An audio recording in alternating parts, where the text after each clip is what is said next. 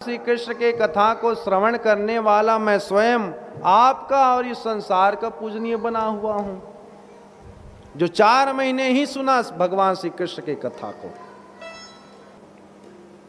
और तो चातुर्मास में सत्संग करने के लिए संत लोग आए हुए थे, तो उनकी सेवा में मेरी माता नियुक्त थी। 4 महीने तक के मैंने भगवान श्री कृष्ण की कथा को उनके मुखारविंद से सुना। पहले तो मन नहीं लगता था कथा श्रवण करने में। मेरी अवस्था उस समय 5 वर्ष की थी। पहले मन नहीं लगता था, लेकिन धीरे धीरे भगवान श्री कृष्ण की कथा में मैं ऐसा रम गया कि भगवान श्री कृष्ण में मेरी प्रीति होने लगी।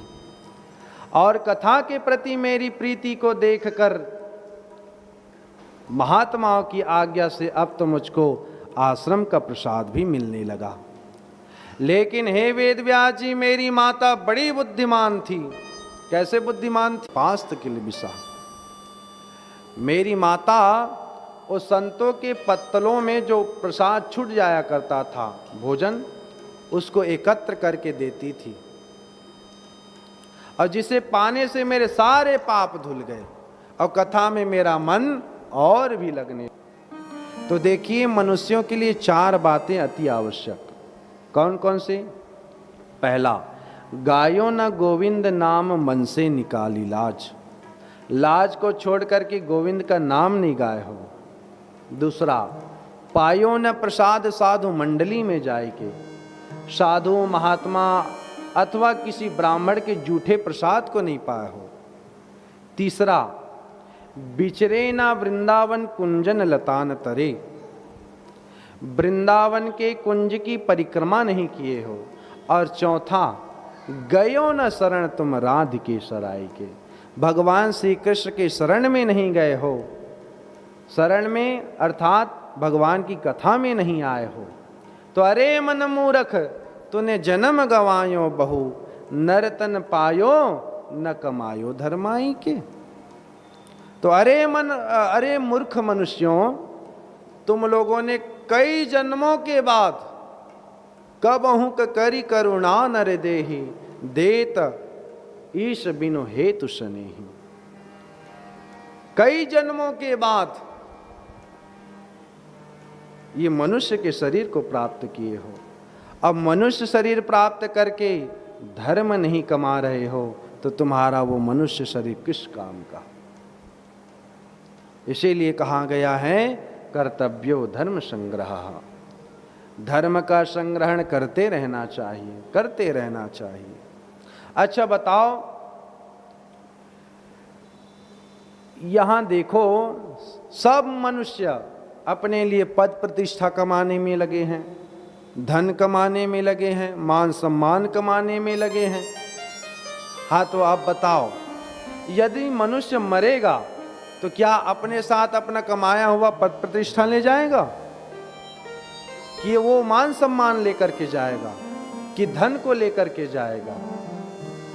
अरे जाएगा तो जाएगा, केवल और केवल आपका धर्म ही आपके साथ जाएगा, बाकी कुछ जाने वाला नहीं। वहां केवल धर्म का ही सिक्का चलेगा, धर्म का ही। ये जो यहां कमाने में लगे हैं, ये नोट या सिक्का वहां चलने वाला नहीं। वहां कौन से सिक्का चलेगा? धर्म का सिक्का। तो इसीलिए मनुष्यों को धर्म कमाते रहना चाहिए। और कर्तव्य धर्म संग्रह, जो धन है धनात् धर्मम, उसको धर्म में लगा देना चाहिए।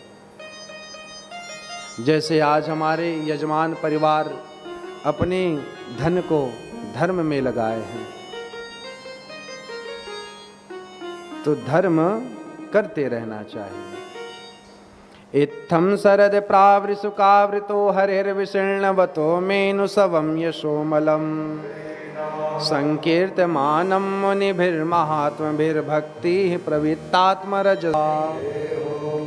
इस प्रकार महात्माओं के मुखारविंद से मैं 4 महीने तक तीनों समय सुबह, दोपहर और शाम, तीनों समय मैं भगवान श्री हरि के पवित्र यश का गान किया, कीर्तन किया, उनके नामों का, उनके मधुराति मधुर कथा को सुना। और इस प्रकार जब मैं उनकी कथा में रम गया तो रजोगुण और तमोगुण को नाश करने वाली भक्ति मेरे हृदय में आकर के विराजमान हो गई। लेकिन अब चातुर्मास जब व्यतीत हुआ वेदव्यास जी, तो संत लोग जाने लगे, तो मैं भी उनके पीछे पीछे चल पड़ा। थोड़ा दूर हुआ था मुझे गए, तो महात्मा लोग पीछे लौट के मुझको देखे तो रुक गए और कहा, अरे पुत्र तू कहाँ जा रहा है हम लोग के साथ? तो मैंने कहा, हे संतो, मुझको भी अपने साथ ले चलो, क्योंकि कथा मात्र एक जीवना, कथा ही मेरा अब जीवन बन चुका है। मैं आप लोग के साथ रहूँगा, आपकी सेवा करूँगा और आपके मुखारविंद से कथा श्रवण करूँगा। मैं अब यहाँ रहना नहीं चाहता, मुझको अपने साथ ले चलो। अरे पुत्र, तुम कथा के बगैर नहीं रह सकते? नहीं रह सकता महात्मन। अच्छा देख पुत्र, तू कथा के बगैर नहीं रह सकता, लेकिन तुम्हारी माता तुम्हारे बगैर नहीं रह सकती। अब तुम हमारे साथ जाओगे और कहीं तुम्हारी माता तुम्हारे वियोग में प्राण को त्याग दे तो दोष किसको लगेगा, तुमको कि हमको? इसीलिए पुत्र एक काम करो, तुम्हारी माता जब इस संसार में नहीं रहेगी ना, तब तू संतों का संग करना, अभी मत कर। ऐसा कह करके मुझको एक मंत्र दिया, किसका? संकर्षण भगवान का, और कहा, बेटा इस मंत्र को जपते रहना। जो हमने कथा श्रवण कराई उसका मनन करना, जो भजन गाए उसको गाते रहना। अच्छा पुत्र, अब हम चलें। अब मैं तब तक के वही स्थान में खड़ा खड़ा संतों को देखता रहा वेद व्यास जी, जब तक कि वो मेरे आंखों से ओझल नहीं हो गए। संतों के चले जाने के बाद मुझको बहुत दुख लगने लगा। मैं तो अपनी माता को ही कोसने लगा कि सब मेरी माँ की ही वजह से है, नहीं तो आज मैं संतों के साथ चल पड़ता। उससे अच्छा तो मेरी माता का मर जाना ही ठीक था। आज मर जाती मेरी माता तो फिर मुझको संतों के साथ जाने से कोई रोक नहीं सकता था। और क्या पता वेद व्यास जी, भगवान शायद मेरी पुकार को सुन भी लिए। एक रात्रि में मेरी माता गाय दुहने के लिए जा रही थी, तो रास्ते में एक सर्प ने उनको डस लिया, जिससे उनकी मृत्यु हो गई। मैं लेकिन रोया नहीं, मैं तो प्रसन्न हो गया कि चलो एक बाधा तो थी, वो भी हट गया। और फिर मैं अपनी माँ की अंत्येष्टि क्रिया किया और उसके बाद उत्तर दिशा की ओर गांव, नगर, वन, उपवन, पहाड़, नदी, इन सब को पार करते करते घोरम प्रति भयाकारम व्यालोलुक शिवाजिरम, घनघोर जंगल में प्रवेश किया, जहां 3 भयंकर भयंकर जीवों का बसेरा था। सियार, उल्लू, सर्प आदि। मेरी नजर पड़ती वहीं मुझको सर्प दिखाई देते। इतना भयंकर वो जंगल था कि सूर्य की रोशनी नहीं पहुंच रही थी वेद व्यास जी, सूर्य की रोशनी नहीं पहुंच रही थी। चलते चलते तो थक गया था मैं, बड़ी जोर की प्यास लगी थी। तो वही पास ही में एक नदी था, उसमें स्नान किया और जलपान किया, जिससे मेरी थकावट और प्यास बुझ गई। और फिर तस्मिन् निर्मनोजेरण्ये पिप्लोपस्थ आस्थितः आत्मनात्मानमात्मस्थं यथा श्रुत चिंतयम्। एक पीपल के नीचे बैठा था मैं,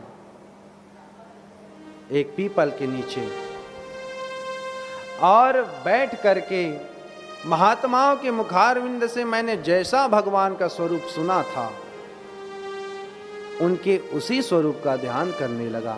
जैसे वक्ता लोग अपनी कथा में बताते हैं कि भगवान श्री कृष्ण के बड़ा ही सुंदर स्वरूप है, जल भरे बादल के समान उनका सारा शरीर है, कि वनमाली घनश्याम पीतवासा मनोहरः कांची कलाप रुचिरो लसन मुकुट कुंडला पीतश्चारु कौस्तुभेन विराजितं कोटि मनमथ लावण्यो हरिचंदन चर्चितः।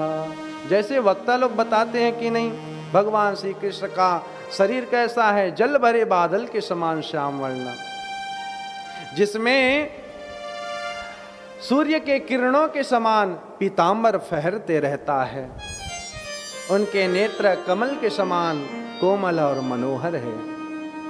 बताते हैं कि नहीं सुंदरता। तो ऐसे ही मैंने महात्माओं के तो उनके उसी स्वरूप का मैं ध्यान करने लगा। उनके चरण कमलों का ध्यान करते ही भगवत प्राप्ति की लालसा से मेरे दोनों नेत्रों से आंसू बहने लगे और भगवान मेरे हृदय में धीरे धीरे प्रकट हो गए। उस आनंद की बाढ़ में मैं इतना डूबा, इतना डूबा, इतना डूबा, इतना डूबा, हे वेदव्यास जी, भगवान को देखने का आनंद, उस आनंद में मैं इतना डूबा कि मैं कौन हूं ये ही मैं भूल गया। कि जब मैं था तब हरि नहीं, अब हरि है मैं नाही, प्रेम गली अति सांकरी या में दो, ढूंढा सब जहान में पर पाया पता तेरा नहीं, और जब पता तेरा लगा तो अब पता गया मेरा गया, गया माया संसार, तू ही तू है हे नरसिंह, गया सकल अभिमान। मैं कौन हूं ये ही भूल गया भगवान के स्वरूप को देख करके। कि रूपम भगवतो यत्तन मनः कांतम सुचापहम। भगवान का वो स्वरूप क्या था? समस्त शोकों का नाश करने वाला और मन को मोहित। लेकिन भगवान का वो स्वरूप मेरे हृदय में क्षण मात्र के लिए था। एकाएक उस स्वरूप को ना देख मैं बहुत व्याकुल हो गया। भगवान के उस स्वरूप को देखने के लिए मैं बहुत प्रयत्न करने लगा, लेकिन मैं भगवान के उस स्वरूप को फिर देख नहीं पाया। वेदव्यास जी, फिर देख नहीं पाया। और मैं अपने आसन से उठ खड़ा हुआ, बहुत व्याकुल हो गया मैं। और उसी समय आकाशवाणी हुई कि हंतास्मि जन्मनि भवान मामाम द्रष्टुमिहारति, अविपक्व कषायाणाम दुर्दर्शो हमको योगिनाम। हे निष्पाप बालक, हमें खेद है कि तुम्हारा दोबारा दर्शन नहीं होगा। तुमने जो अल्पकालीन में मेरी कथा श्रवण की है, मेरे भक्तों का अर्थात संतों का सेवा किया है, उसी के फलस्वरूप तुमको मेरा दर्शन हुआ। लेकिन अब तुमको मेरी दर्शन नहीं होगा, मेरा दर्शन अब तुमको नहीं होगा। हाँ, इस शरीर को त्यागने के पुत्र बनोगे और मेरे द्वारा तुमको वीणा दी जाएगी और जिससे तुम्हारा नाम देवदत्त पड़ेगा। अब तो मैं ये आकाशवाणी सुन करके मेरे मन में विचार आने लगा, वेदव्यास जी, कि जिस मरनी को जग डरे मेरो मन आनंद, कब मरी हों कब भेटी हों पूर्ण परमानंद। जिस मरनी को सारा संसार डरता है, लेकिन मुझे उस मरनी का भय नहीं था, बल्कि मुझको तो इंतजार था मुझको तो मरने का। कब मैं मरूंगा, कब मैं ब्रह्मा जी का पुत्र बनूंगा, और कब भगवान मुझको अपने हाथों से वीणा देंगे। और एक दिन तो मैं जो मंत्र दिए थे संत लोग, उसका मैं जप कर रहा था कि नमो भगवते तुभ्यं वासुदेवाय धीमहि प्रद्युम्नाय निरुद्धाय नमः संकर्षणाय च। नमो भगवते तुभ्यं वासुदेवाय धीमहि प्रद्युम्नाय निरुद्धाय नमः संकर्षणाय च। जप रहा था मैं मंत्र को, और कब मेरा प्राण छूट गया मुझको पता ही नहीं चला। अब मैं सीधे ब्रह्मा जी का पुत्र बना। अब भगवान के द्वारा मुझको वीणा दी गई। देव दत्तम इमाम वीणाम सुर ब्रह्मा विभूषताम। अब तो जैसे ही मैं उस वीणा में तान छेड़ता हूँ, तो वो जो भगवान मुझको क्षण भर के लिए दर्शन दिए थे, अब मैं इतना पिछले जन्म में उनको पाने के लिए तड़प गया था, वही भगवान अब वीणा में मैं जैसे ही तान छेड़ता हूं, वो तो बुलाए हुए की भांति मेरे हृदय में आकर मुझको दर्शन देने लगते हैं। इसीलिए हे वेद व्यास जी, एतद्यातुर चित्तानाम मात्र स्पर्शेच्छयामहु भव सिंधु प्लवोदिष्टो हरिचर्यानुवर्णनम। इस संसार में जिन लोगों का चित्त विषय वासनाओं से आतुर हो रहा है, तो उनको इस संसार सागर से पार करने के लिए भगवान श्री कृष्ण की कथा ही, ये कथा ही बहुत बड़ा जहाज है उनको ये भव सागर से पार करने के लिए। इसीलिए आप समाधि के द्वारा भगवान श्री कृष्ण के लीला का स्मरण कीजिए, जिससे आपको स्मरण कीजिए और फिर उसकी रचना कीजिए, जिससे आपके मन को शांति भी मिलेगी और आपका पुत्र भी लौट आएगा।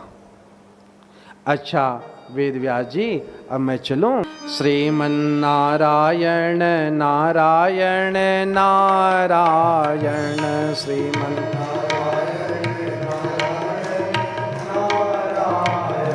श्रीमन्नारायण नारायण नारायण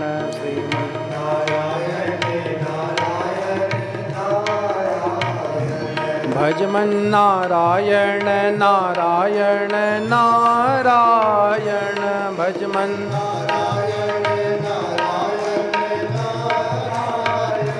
भजमन नारायण नारायण नारायण।